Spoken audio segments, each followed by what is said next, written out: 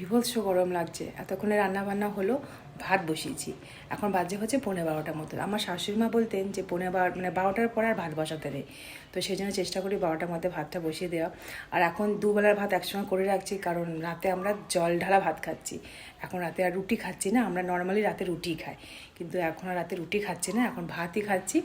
রাত্রেবেলা ওই পেঁয়াজ ছাতু, আলু পেঁয়াজ ভাজা এই সমস্ত দিয়ে, আর যদি দিনে কিছু তরকারি থেকে যায় তখন সেটা দিয়ে খেয়ে নিচ্ছি। আর মানে একদম জল ঢালছি, ঠান্ডা ফ্রিজের জল দিয়ে খাচ্ছি।